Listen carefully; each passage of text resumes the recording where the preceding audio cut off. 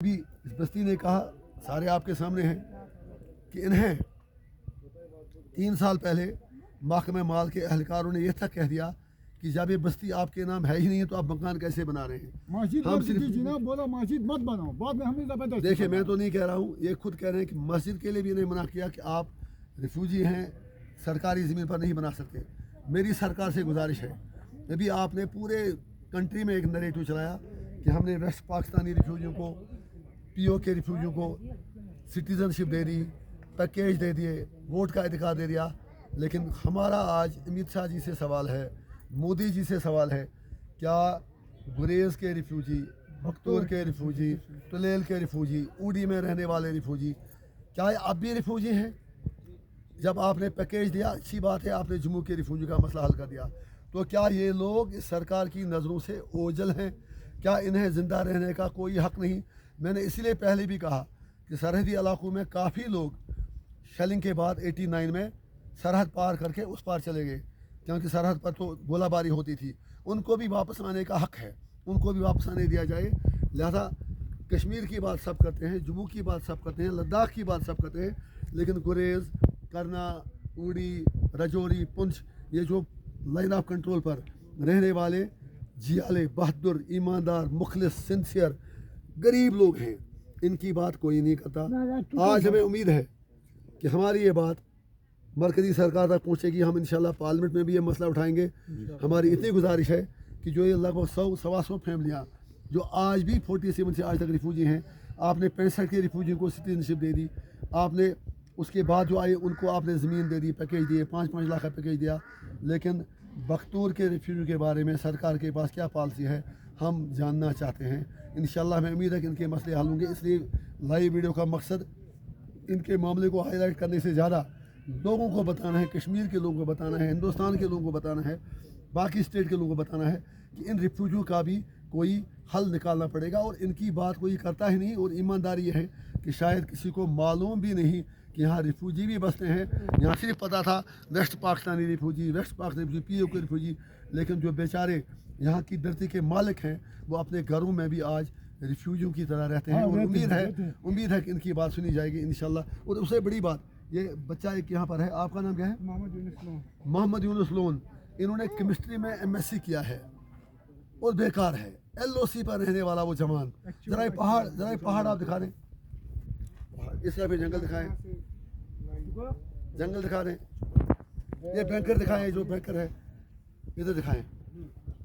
ये बैंकर तो आपने देख लिया, इस बैंकर में जब LOC की शेलिंग होती है तो इस बैंकर में बस्ती के लोग छुपते हैं। मैं इतना कहना चाहता हूँ, LOC पर रहने वाला ये जवान जिसने MSc किया, इसका MSc मेरे 5 बार PhD करने से भी ज़्यादा इम्पॉर्टेंट है। ये पहाड़ों का शहज़ादा है, ये गुप्कार का शहज़ादा नहीं है। इस पहाड़ों के शहज़ादे के लिए अगर नौकरी नहीं है तो फिर मुझे बताइए। मैं सरकार से कहना चाहता हूँ, फिर आम जवान के लिए हमारे पास रोज़गार के क्या मौके हैं। कल नई सरकार बनेगी, उमर साहब ने वैसे भी कहा है कि वो 1 लाख रोज़गार दे देंगे। तो क्या उन 1 लाख रोज़गार में बख्तूर के MSc के हुए जवान की किस्मत में कुछ लिखा है क्या? हम इंशाल्लाह आपके लिए लड़ेंगे और जीतेंगे, और हर दिन लड़ेंगे, हर माह लड़ेंगे। हाँ बताइए। ये बैंकर भी नहीं देते थे, ला इलाहा इल्लल्लाह मुहम्मद रसूलुल्लाह, बैंकर नहीं देते थे हमको। बोलते थे रिफ्यूजी ने, मैंने तहसीलदार साहब ADM को मैंने बोला, फिर तू तेरा चौकीदार कहाँ है, तेरे मेंबर कहाँ है, तेरे लंबरदार कहाँ है, तेरे को जब लिस्ट नहीं दिया, बख्तूर गाँव में झगड़ा हो गया। फिर मैंने पकड़ के लाके ये बैंकर दिया। क्यों? हमने वो बनाए थे, ऊपर वो दूसरे कच्चे बैंकर। हमको पानी भी नहीं है, पानी विंटर में नहीं आता है। हम बोलते हैं, सबको बोलते हैं दे देंगे, पानी भी नहीं होता विंटर में, अभी तो आता है। जनाब आपने देख लिया कि बैंकर जो कि बुनियादी ये भी नहीं देते थे हमको। इनको सिर्फ इसलिए नहीं दिया जा रहा था कि ये रिफ्यूजी हैं। जैसा आपका नाम क्या है? नसीर अहमद लोन। जैसे नसीर साहब ने यहाँ पर कह दिया कि उसके बाद उन्होंने एडमिनिस्ट्रेशन ने झगड़ा करके ये बैंकर दिया। तो हमारी इतनी गुजारिश है सरकार से, इन लोगों को जीने दिया जाए। और जो वज़ीर आज़म नरेंद्र मोदी जी ने बख्तूर इधर ऐलान किया था दावर आके कि हम आपको बांडीपोरा में 5-5 मरले 10-10 मरले ज़मीन देंगे। मोदी जी के वादे का इंतज़ार है। हम मोदी जी से कहेंगे कि आपको यहाँ से वोट भी अच्छा मिला गुरेज से। फ़कीर मोहम्मद खान साहब आपके कैंडिडेट थे। 1 मिनट, एक और अभी भी बुजुर्गों ने कहा, उन्होंने उनको वोट भी दिया। तो उस चीज़ का लिहाज करके कम से कम, अगर कुछ नहीं तो इन्हें 5-5 मरला ज़मीन आप बांडीपोरा में बाकी वैली में दे दें, क्योंकि यहाँ 10-12 फुट बर्फ़ पड़ती है। ये लोग जाएँ कहाँ?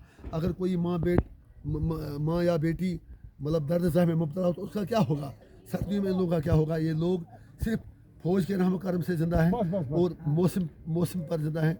लिहाजा उम्मीद है कि इन लोगों की जो बात है वो सुनी जाएगी और इंशाल्लाह मैं आपको यकीन दिलाता हूँ कि आपके बल्ले में मैं खड़ा हूँ। राशन में 5 किलो चावल से हमारा क्या हो जाएगा? वो मैंने कर दिया। चावल डबल पीजी करके मेरे पर है। आपका नाम क्या है? डबल पीजी आपने किस किस में किया है? लिहाजा मेरे श्रीनगर वालों, जम्मू वालों, कश्मीर वालों, इस माँ के आंसू तो देख लो। एलजी साहब, इस माँ के लीजिए, आपको लगता था कि वो गुज्जर लोग हैं, पहाड़ी लोग हैं, इन्हें क्या पता। ये लड़का एमएससी ज़ॉलजी किया हुआ है और बेकार है। ये शर्म की बात है। आप कहते हैं इनकलाब आया, हमने इतने रोज़गार खड़े किए, कहाँ आपका रोज़गार है? जवानों के लिए रोज़गार दे दीजिए, नहीं तो जवान आपके जो मालूम की है उनके दरवाजे खटखटा के आपकी नींदें हराम करेंगे। इंशाल्लाह इंसाफ होगा, हम आपके साथ खड़े। और इनके 2 बेटे पीजी किए हुए हैं, लिहाजा ये अनपढ़ लोग नहीं हैं। आप ये नहीं देखें इनके पास प्लास्टिक के जूते हैं। ये लोग पहाड़ों में पलने वाले आर्मी की मजदूरी करके गुजारा करते हैं, उसमें भी लेबर डिपार्टमेंट इनके साथ गड़बड़ कर रहा है। शुक्रिया।